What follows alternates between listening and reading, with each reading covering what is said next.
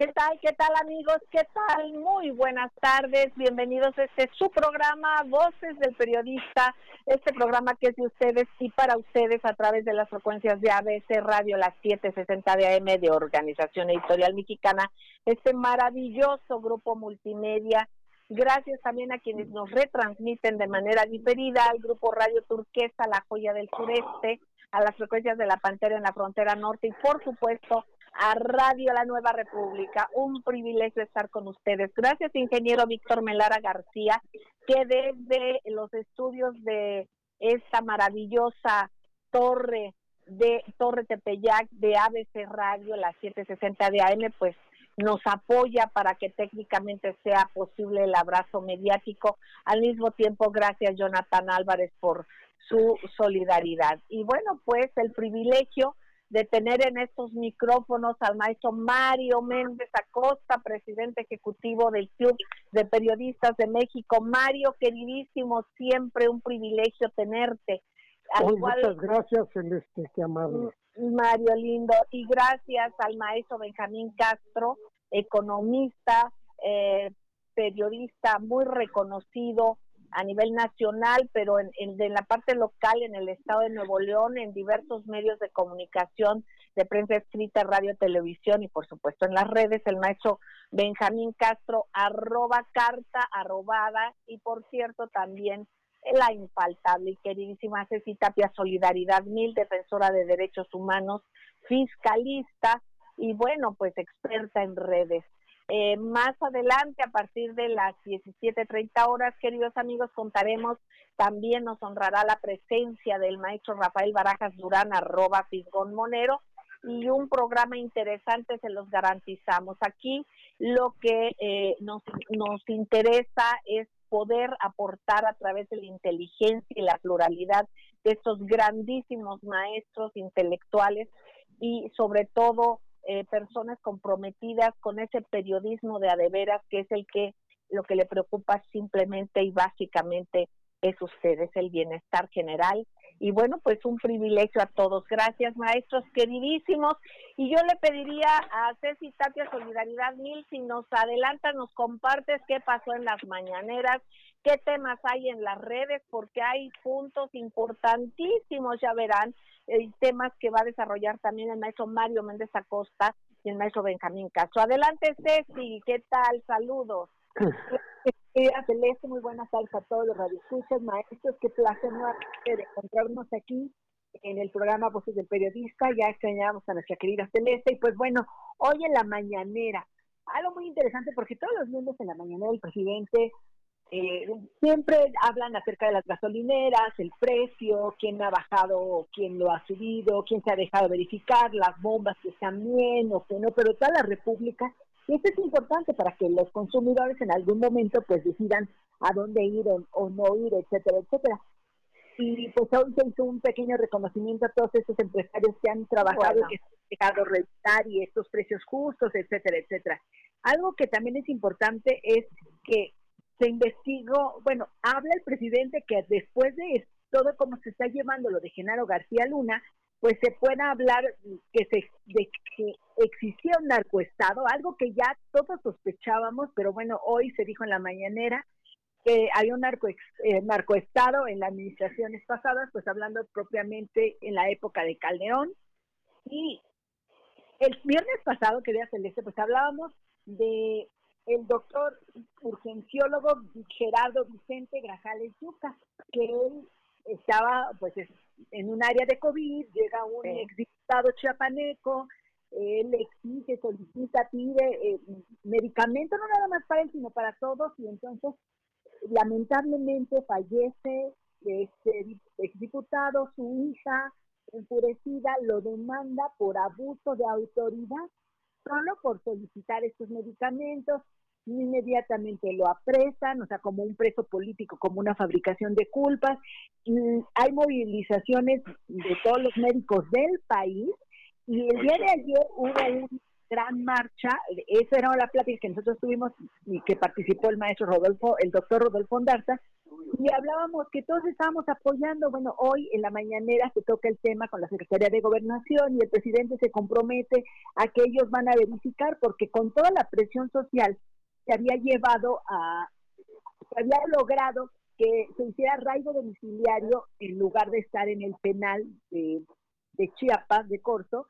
Entonces, bueno, finalmente ya está, y hoy lo van a tratar en la mañanera. Lo trataron en la mañanera y eso pues es algo súper importante. También hay que saber que antes del 1 de septiembre hay que leer, por todos los que tenemos duda o por todo lo que podamos hacer, se van a mandar lo que es esta modificación a la reforma de las pensiones, de este sistema de pensiones que vivimos, pero que ya se han visto en redes sociales que mucha gente dice, oye, no, es una trampa, cuidado. Así mismo lo habían dicho anteriormente. Entonces hay que leer la propuesta que se lance al Senado, hacer las críticas, y este gobierno está abierto, yo creo que hacerlas. Si hay algo que nos parece que pueda ser peligroso, pues decirlo, por supuesto. Y también se está hablando que ante este problema sanitario de COVID-19, pues el gobierno sigue comprando más equipo. Hay que estar súper pendientes. Habló el titular de Profeco, Ricardo Schifel, que está reconociendo a todas estas personas que venden gas LP, porque se supone que México tiene hasta reservas que podría vender a Medio Oriente. Eso también lo comentó el presidente. Yo creo que esto es algo de lo más importante. Algo que pasa en redes, y es que el senador, este senador de Movimiento Ciudadano, actúa de una manera machista con su esposa.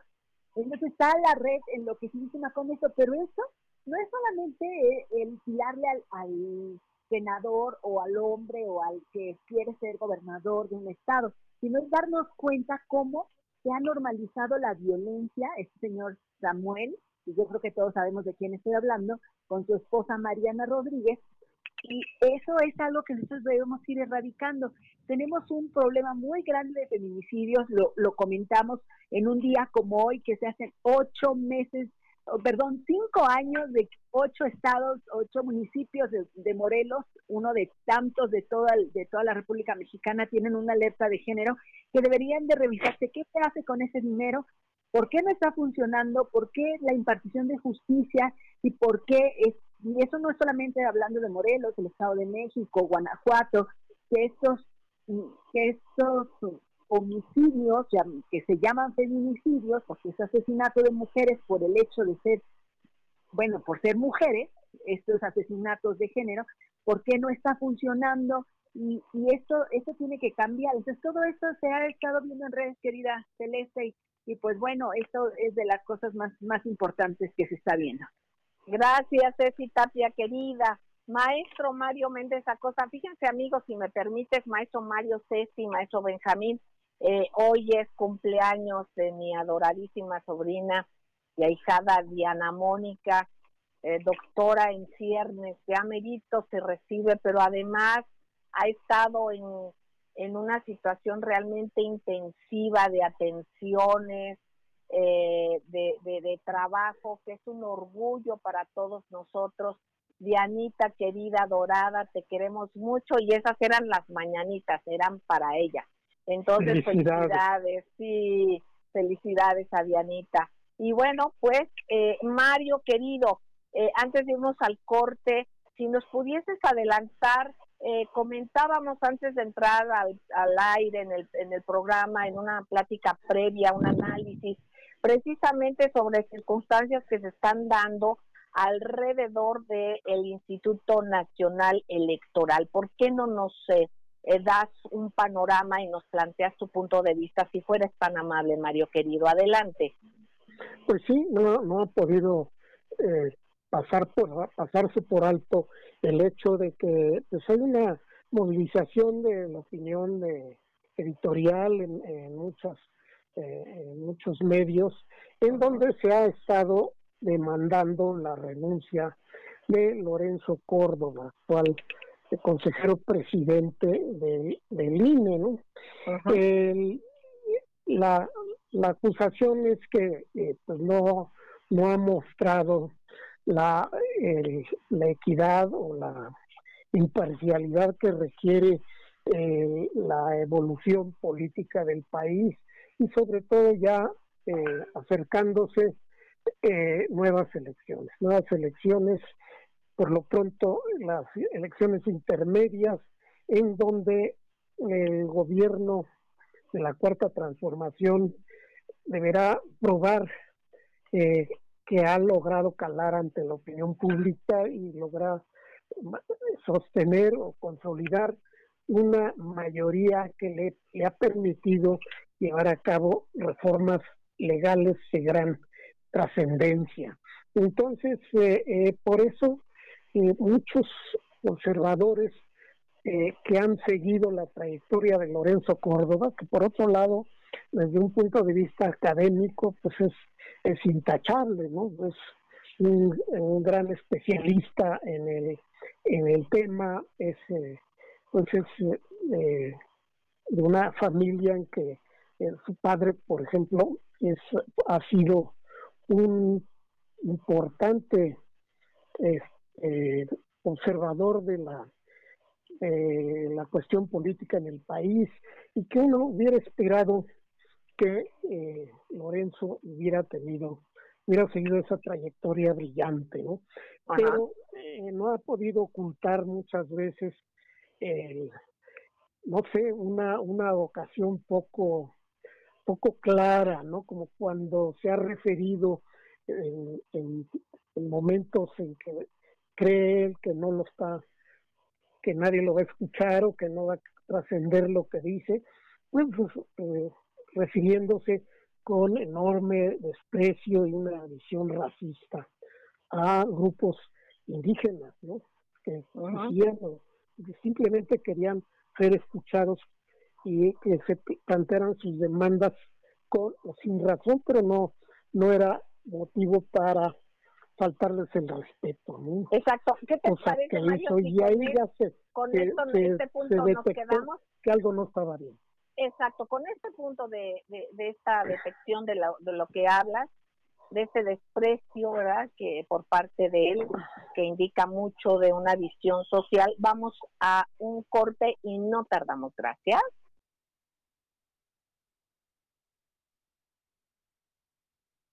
Gracias, queridos amigos, gracias por seguir con nosotros en ABC Radio, Grupo Radio Turquesa, Frecuencias de la Pantera, Radio La Nueva República, y en las noches pueden ustedes buscarnos en nuestro canal de YouTube de Voces del Periodista, en el Club de Periodistas de México. Usted busque el canal si fuera tan amable. Bueno, pues estamos escuchando al maestro Mario Méndez Acosta precisamente tocar el tema sobre lo que puede dar a notar la actitud y el desprecio algunos grupos étnicos o por circunstancias económicas en las que se ha expresado el licenciado Córdoba, Lorenzo Córdoba, y bueno, pues que eso dice mucho, ¿no?, en la parte humana, pero también en otras acciones profesionales, pues se ha tenido una cuestión sumamente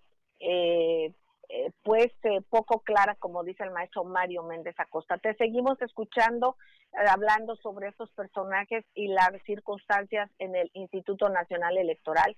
Tu punto de vista, Mario, querido. Mario Méndez Acosta. Sí, y sobre todo en la situación actual, en que se ha implantado una serie de medidas de severa austeridad dentro del gobierno federal, pues muchos observadores han notado como el Instituto Nacional Electoral pues se mantiene al margen y sigue manejando presupuestos que en verdad pues nos recuerdan a la época de mayor derroche en el ámbito administrativo. Uh-huh. Y para la mayor parte de las personas, los gastos que hace el INE, sobre todo en el mantenimiento de una multitud de partidos, muchos de los cuales carecen realmente de la representatividad que pues, dicen tener o que exige la ley que deben tener, pues reciben prebendas extraordinariamente elevadas, ¿no? Entonces, está claro que el INE requiere de una conducción que se adapte a las circunstancias actuales. La austeridad ha afectado a organismos importantísimos del gobierno federal, como el Instituto Nacional de Antropología, Instituto Nacional de Antropología e Historia, ha señalado la desaparición del Fondo Nacional de Fomento Ejidal, que representaba ser la única fuente de financiamiento y de desarrollo de los ejidos organizados en el país, y que ahora quedan por lo pronto en el aire en este aspecto, y que va a ser necesario componer esta falta cuanto antes, porque sí están quedando realmente desamparados muchas tareas importantísimas del Estado, mientras que el INE pues no ha tenido afectación alguna. Claro, no podemos negar que su jerarquía y su trascendencia y su responsabilidad que debe tener en la garantía de elecciones confiables deben mantenerse. Si decimos que debe haber una mayor austeridad, pues debe ser sobre todo en actividades que pueden prescindirse, ¿no? Como es el subsidio a partidos que no lo requieren. Creo que por ahí debe estar la salida, y ciertamente Lorenzo Córdoba no ha mostrado la decisión y la voluntad de encabezar este cambio en lo que requiere las circunstancias del país, y por eso muchos grupos han exigido su renuncia. Esto hay que manejarlo con mucho cuidado, porque no puede ser que un organismo de esta naturaleza esté sujeto a vaivenes en la opinión y en los medios, ¿no? Sino que debe garantizarse su permanencia y su autoridad, pero eso no impide que no se le puedan hacer exhortos a quienes lo manejan para que se conduzcan conforme a los requerimientos del país. La confianza, Mario, la confianza, que corresponda a la confianza, no a la fe, no a nada. La confianza se tiene que demostrar. Entonces aquí lo que ha faltado es precisamente esta falta de confianza por parte de buena parte del pueblo de México hacia esa institución que tiene pues tantísimos recursos y todo el manejo que se da alrededor de estos temas. Es muy importante este punto que tocas, Mario querido. Y bueno, ¿qué les parece si podemos escuchar al maestro Benjamín Castro, quien ha tocado el tema y ha mencionado el tema por el derrumbe económico por el COVID-19? Bueno, pues que en Estados Unidos y en Europa pues tuvieron un mega endeudamiento, y Argentina y México proponen otros caminos. Maestro Benjamín Castro, muy buenas tardes, un privilegio escucharle. Adelante, maestro. Buenas tardes, Celeste, buenas tardes al auditorio y a los compañeros.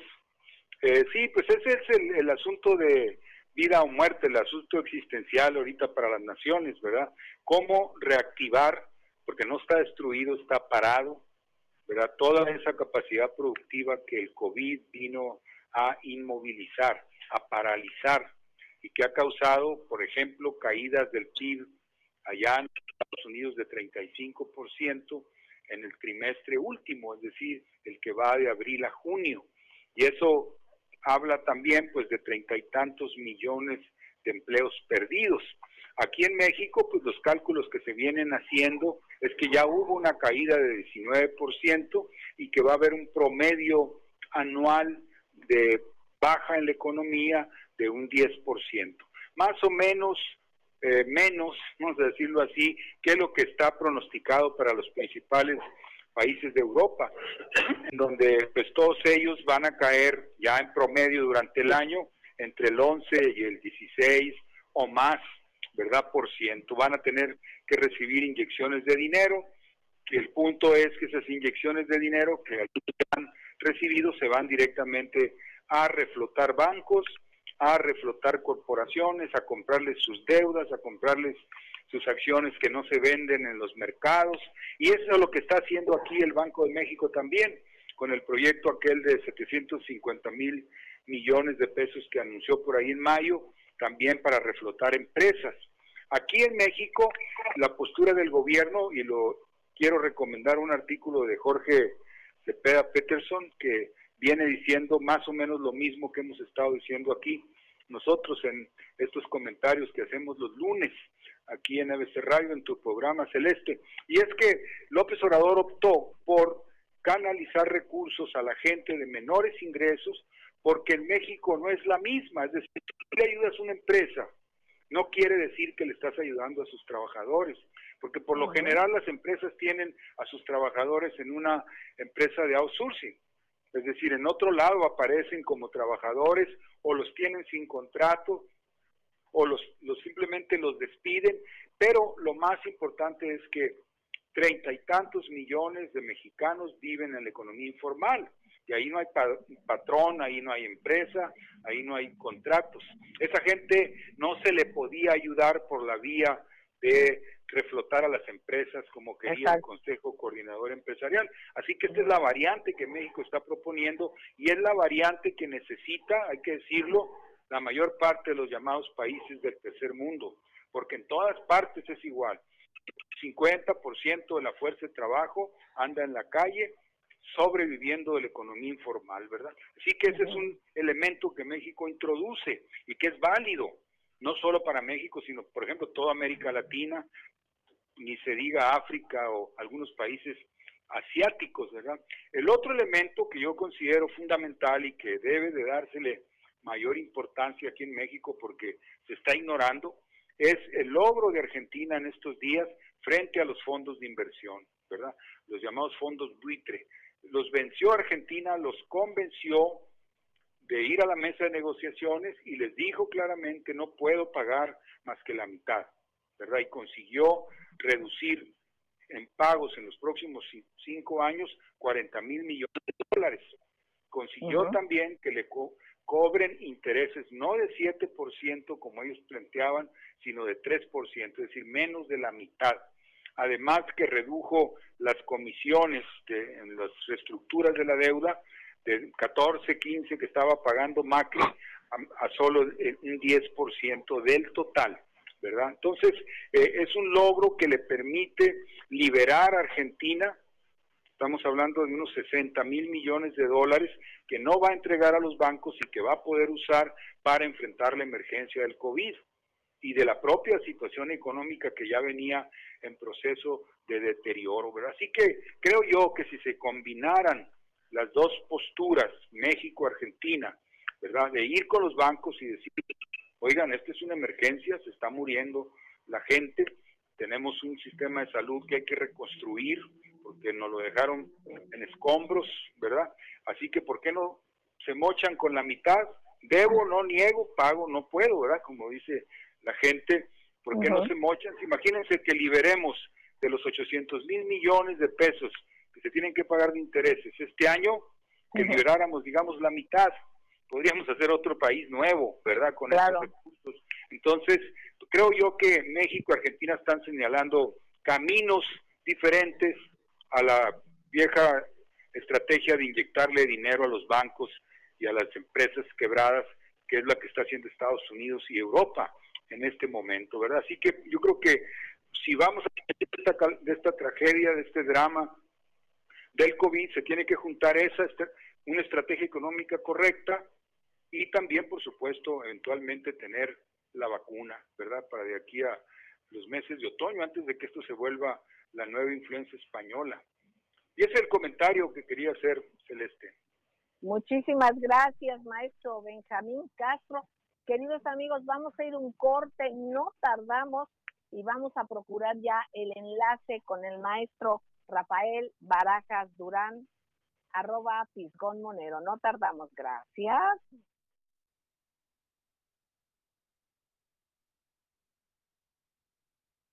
Gracias, queridos amigos, gracias por seguir con nosotros aquí en las frecuencias de ABC Radio, las 760 de AM de Organización Editorial Mexicana, queridos amigos de Radio La Nueva República, de quienes amablemente nos retransmiten, queridos amigos.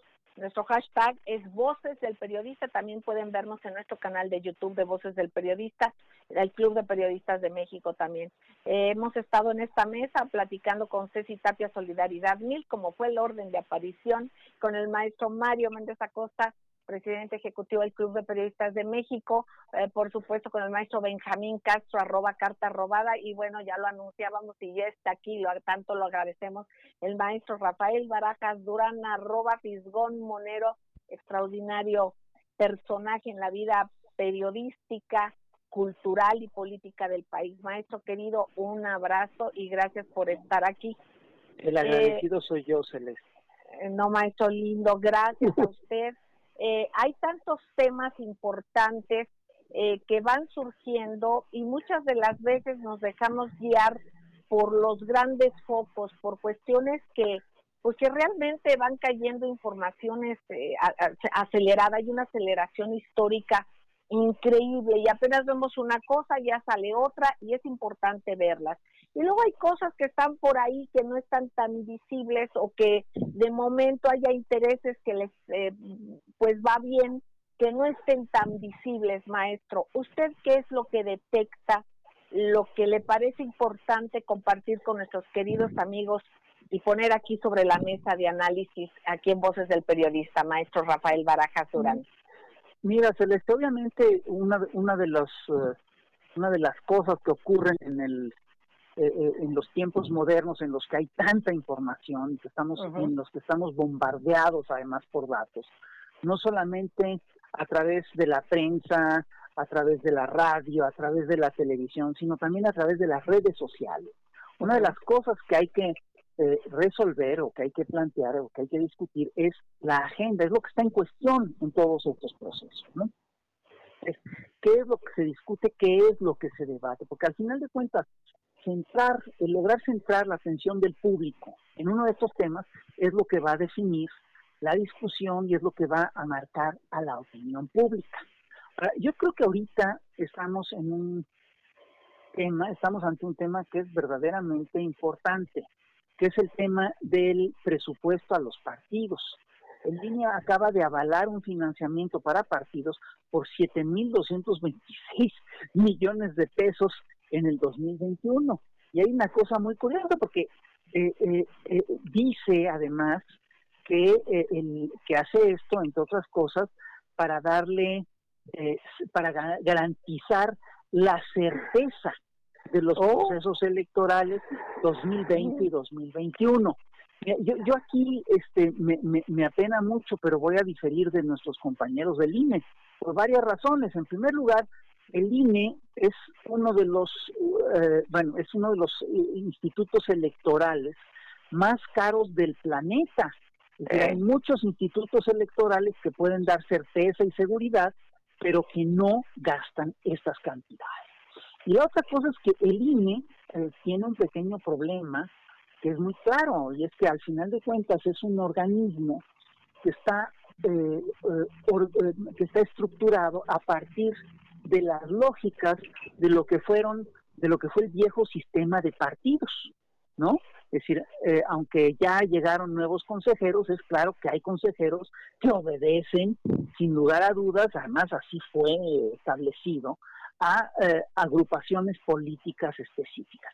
Y la otra cosa que es muy complicada dentro de este proceso es que a mí me resulta muy difícil creer al INE que le importa o que le interesa garantizar la certeza en las elecciones.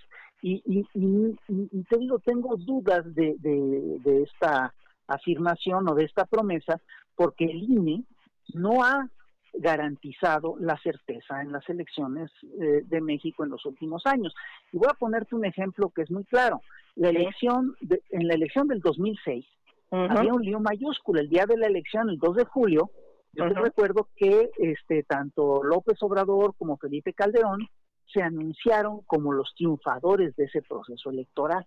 La diferencia entre el uno y el otro. En un principio era de 0.92, después se hicieron toda una serie de ajustes y disminuyó.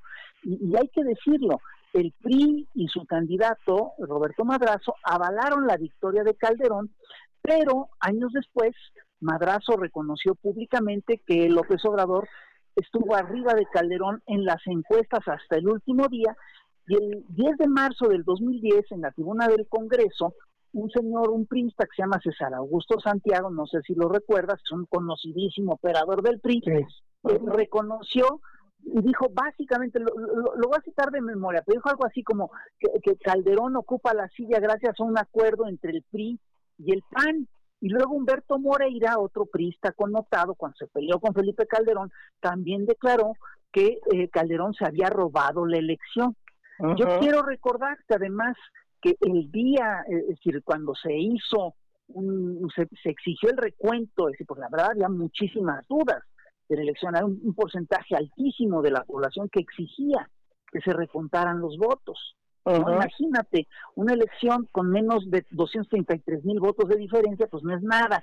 Y resulta que el 4 de julio, cuando se estaba revisando el tema de los paquetes electorales, el 4 de julio, Ugalde, que era el director del INE, del IFE, uh-huh, en aquel entonces, envió una circular a las juntas locales que decía, y lo cito literalmente porque se me quedó grabado, decía: el escrutinio y cómputo de las boletas no procede bajo el argumento de transparentar o dar mayor certeza a los resultados, aludiendo irregularidades durante la jornada electoral.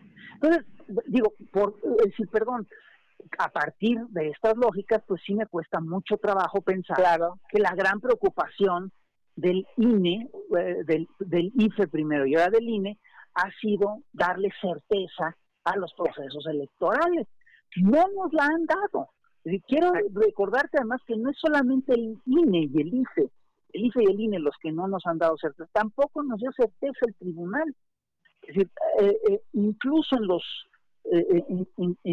los términos de aquella elección, siendo así totalmente legalistas, resulta que hubo más de 1,504,500, 1,5 millones de votos sin sustento, es decir, votos que habían sido sustraídos de la boleta o votos de más, etcétera. Cuando, siendo que al triunfador se le dio la presidencia por una diferencia de menos de 250,000 votos, es decir, siempre el ICE, el tribunal había dictaminado que si los votos inconfiables superaban la diferencia, entonces sí se anulaba la elección, y por esa ocasión decidieron no hacerlo. Entonces, bueno, estamos, creo yo, una vez más, ante esta disyuntiva, ante esta situación curiosa en la cual pues tenemos digamos un país en el cual el grueso de la población ya dio por terminada esa forma de hacer elecciones, ese aparato electoral. Exacto. Y tenemos por otro lado que ese aparato pervive. ¿A qué obedece aquel aparato electoral? Obedece a una cosa muy, muy sencilla. Obedece simplemente a la lógica de lo que son las elecciones del libre comercio. Son las elecciones de la era neoliberal. Suelen ser elecciones muy caras y que se definen en gran medida por el dinero. Y aquí yo voy a citar una vez más a Carlos Monsiváis, que alguna vez comentó con toda la razón: si dejamos que el dinero sea el que defina las elecciones, sea el que defina la presidencia, entonces el dinero es el que va a gobernar en los próximos años. Eso es lo que estamos viendo. Entonces, fíjate nada más la cantidad, es una brutalidad. 7,266 millones de pesos para las elecciones en 2021, cuando el país está atravesando por una pandemia, por una emergencia sanitaria. Perdón, pero es un despropósito total. Cuando el país va a atravesar una crisis económica profunda, es un despropósito total. Sobre todo cuando no hay herramientas para garantizar la transparencia del gasto de esos dineros en los partidos políticos. Y bien dice usted, maestro Rafael Barajas Durán, precisamente recordar desde hace cuánto tiempo, solamente en el Club de Periodistas de México, que es una ágora pública, usted lo conoce, usted ha participado mucho ahí con toda la pluralidad que hay, había una afluencia de académicos, de periodistas, de ciudadanos en ese debate y precisamente en esa poca transparencia y desde entonces exigiendo de una manera muy activa un cambio y una manera de que las cosas se manejasen de otra manera. Y después de un cambio tan importante y paradigmático como el del 2018, que ahorita se tengan este tipo de cosas es realmente inconcebible, como que va a dispar a los cambios que se han dado, ¿no cree usted, maestro? Así es la pervivencia de las lógicas de la democracia de libre comercio. Eso es lo que estamos viendo. Exactamente. Pues, la verdad es algo que ya está superado. Perdón, la gente está en otras lógicas. La ciudadanía ya, es decir, creyó en la selección. Claro. Creyó en las elecciones, hizo una apuesta constante en las elecciones y la verdad es que ya dejó de creer en aquel aparato electoral. Y además decir y subrayar, maestro, que las elecciones del 2018 costaron mucho trabajo, no solamente en cuestión de que las autoridades estuvieran al tanto de ello, los ciudadanos estuvieron cuidando su voto. Claro. Toda esta actividad de personas activistas en las casillas y todo, pues realmente fue la conciencia del pueblo de saber el cuidado que tenía y la responsabilidad por su propio voto, no solamente a la hora de emitirlo, sino de dar seguimiento a su curso. Y una cosa más que hay que señalar es que las elecciones del 2018 tampoco fueron limpias. Yo estoy convencido de que Andrés Manuel López Obrador ganó, entre otras cosas, mayor. Porque hubo un knockout, porque la diferencia fue tan grande que no hubo posibilidad de hacer el fraude que se había hecho. Y esto lo vemos muy claramente si contrastamos cómo fue el voto de los mexicanos en Estados Unidos. Es decir, en Estados Unidos la votación a favor de Andrés Manuel López Obrador fue de arriba del 55%, en algunos lugares fue de casi el 60%, aquí fue el 53%. Esto quiere decir, está hablando de un posible, es una encuesta, digamos, muy grande la que se está haciendo allá. Te habla, entre otras cosas, de una encuesta a boca de urna, ¿no? Te habla de un margen de fraude de arriba del 5%. Eso sí te puede definir una elección cerrada, pero por supuesto. Ahora sí, como diría un clásico, me canso ganso. Esto ocurrió claramente en el 2006, esto ocurrió también en el 2012, ¿no?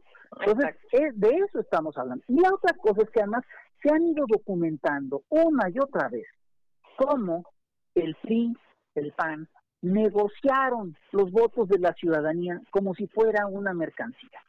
Hay un libro de Álvaro Delgado. Exacto, maestro. ¿Qué le parece si regresamos con este libro de Álvaro Delgado? Vamos a un corte, sí, claro que y sí, regresamos. Gracias. Por supuesto.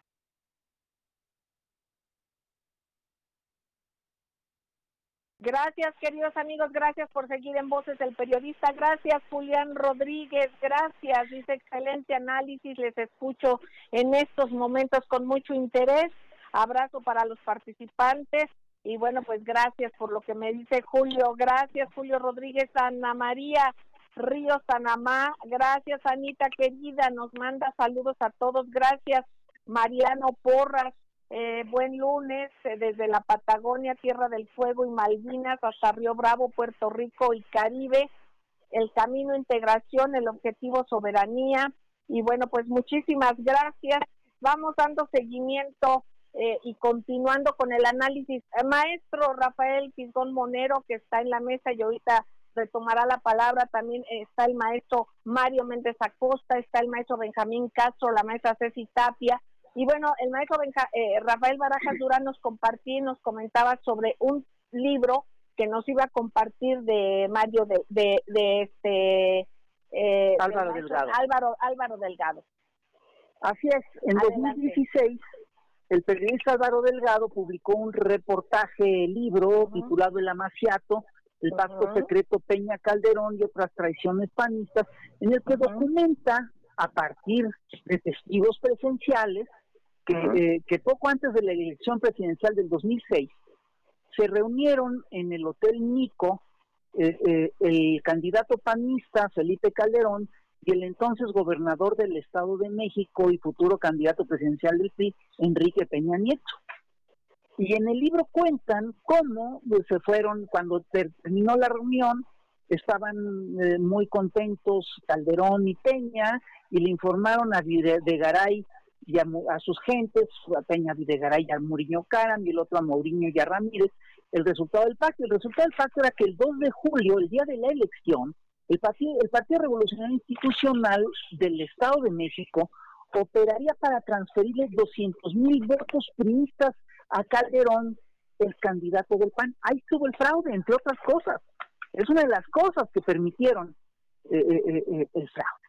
Este pacto, por supuesto, que definió la presidencia de la República en 2006, porque 240,000 votos fueron la diferencia en esa elección, pero también definió la elección de Peña Nieto en 2012.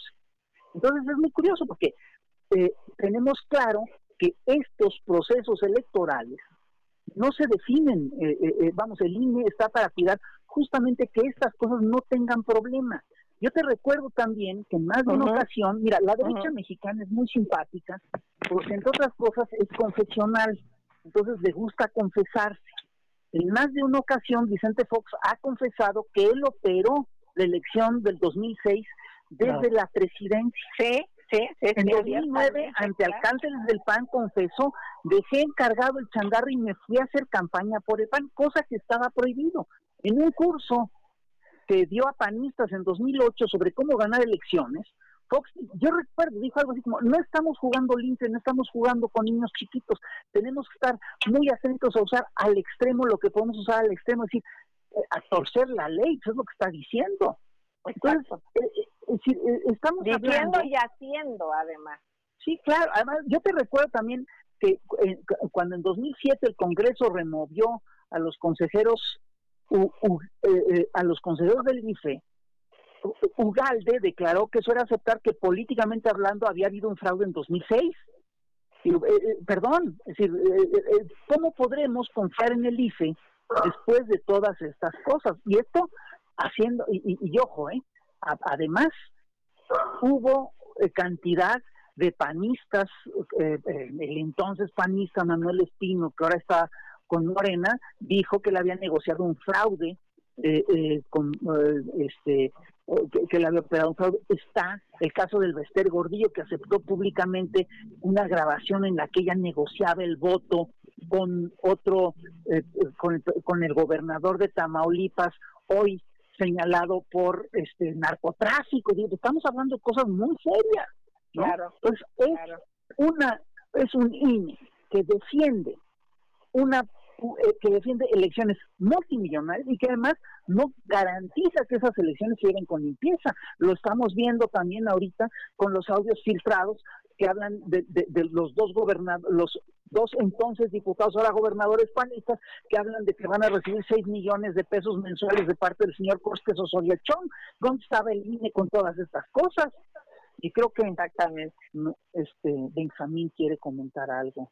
Sí, es que como tú decías al principio, Rafael, todo el paquete disque democrático en México tenía el propósito primero de acabar con el presidencialismo mexicano y establecer una especie de parlamentarismo en el país, ¿verdad? La exigencia era también la alternancia y la creación de organismos como el IFE en aquel momento, para lo cual se escogió a un santón de los intelectuales que es José Goldenberg, alguien que se convirtió del marxismo, de ser comunista, digamos, de hueso colorado, cuando se cae cuando se cae la Unión Soviética y el muro de Berlín, correctamente.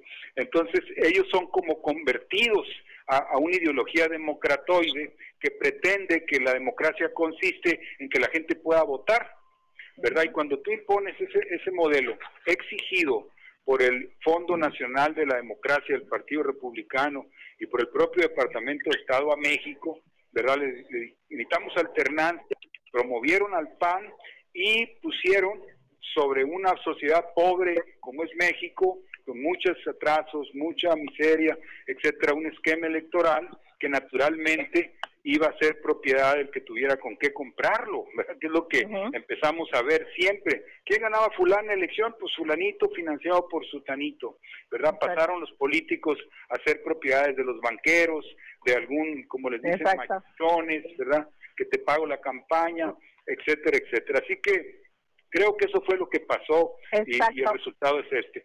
¿Qué opuso López Obrador a eso? Nada más para terminar. Sí, por favor, lo que yo llamaría la movilización popular permanente, ¿verdad? Solo el proceso de movilización de la gente va a darnos democracia verdadera y va a poner a la gente que se lo merece en los puestos públicos. Maestros queridos, gracias. Maestros queridos, les pediría yo, ya estamos a 2 minutos y medio de salida, si nos pueden dar su conclusión o algún comentario que se haya quedado en el tintero. Mario querido, Mario Méndez Acosta, adelante. Sí, Mario. Que claramente la conclusión es que en una medida cada vez mayor, el control de las elecciones debe descansar en los ciudadanos, en las organizaciones de ciudadanos y desde el más bajo nivel, es decir, que deben ser los ciudadanos quienes hagan no solo los organismos de control y de aprobación, sino las actividades de conteo y de garantía de que esos conteos se plasmen en resultados oficiales. Exacto. Porque ahí es donde está el hueco, ¿no? Unos son los resultados en las distintas casillas y otros son los resultados que da a conocer un organismo que decide qué está bien y qué está mal. Exactamente, y aguas con la promoción de los votos por internet, porque ahí también está otro tema que hay que seguir adelante. Maestro Rafael Barajas, ¿con qué reflexión nos deja, maestro? Sí, mira, básicamente que efectivamente en las democracias de libre comercio todo lo define el dinero. Yo recuerdo que en Estados Unidos cuando preguntan, cuando sale un candidato y alguien pregunta, ¿qué tan serio es ese candidato? ¿Qué tan serias son sus aspiraciones? En realidad lo que están preguntando es cuánto dinero tiene. Eso es lo que define la democracia de libre comercio. La democracia, sin lugar a dudas, como bien dice Chomsky, es una herramienta muy potente. Y es efectivamente, y puede ser, y debe ser una herramienta que le sirve a los pueblos. Sin embargo, por supuesto que se descubrió desde muy temprano que existen mecanismos para alterarla, y el más importante es el del dinero. 7,000 millones de pesos a partidos pone en riesgo una elección realmente democrática. Y la otra cosa que hay que señalar es que está en juego, es decir, en los contratos, es decir, el tema del voto electrónico, ¿no? Porque entre otras cosas, a quien le están dando los contratos del voto electrónico, pues nada, resulta que es un señor de apellido Zavala, que es pariente de Felipe Calderón. Y eso sí plantea problemas serios, y aquí lo dejamos. Exacto, a ese tema hay que seguirlo, maestro. Ceci, querida. Pues exactamente ese es el tema. El 21 de agosto, este viernes a las 11, las redes sociales se lanzan a la calle justamente porque están en desacuerdo con ese voto electrónico y porque el INE firma este acuerdo con el señor Zavala, hermano de Margarita Zavala. Por supuesto ya no confían en esta institución, entonces están invitando que se vaya Lorenzo Córdoba y por supuesto Ciro Murayama del INE. Y con esto me despido. Gracias, maestros queridísimos. Escuchamos al maestro Benjamín Castro, al maestro Rafael Barajas Durán, al maestro Mario Méndez Acosta, Ceci Tapia, Solidaridad 1000. Queridos amigos, un privilegio estar con ustedes.